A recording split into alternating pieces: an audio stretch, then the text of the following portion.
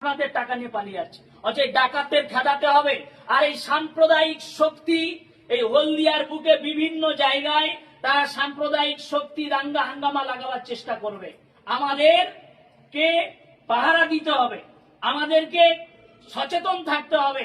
আর বিশেষ করে আরেকটা কথা আপনাদেরকে বলতে চাই, আর থেমে থাকার সময় নয়। অনেকেই বলছে যে আইএসএফ এর সঙ্গে এই সমস্ত রাজনৈতিক সংগঠন গেল কেন? আমরা তো অরাজনৈতিক সংগঠন, আর আইএসএফ তো রাজনৈতিক সংগঠন। আমরা তো এতদিন অপেক্ষা করছিলাম মমতা ব্যানার্জির সরকার কেন আমাদের আন্দোলনকে স্তব্ধ করে দিয়েছে। আমাদেরকে বলছে যাও, তোমার আন্দোলন যদি করতে হয় তোমরা দিল্লিতে যাও।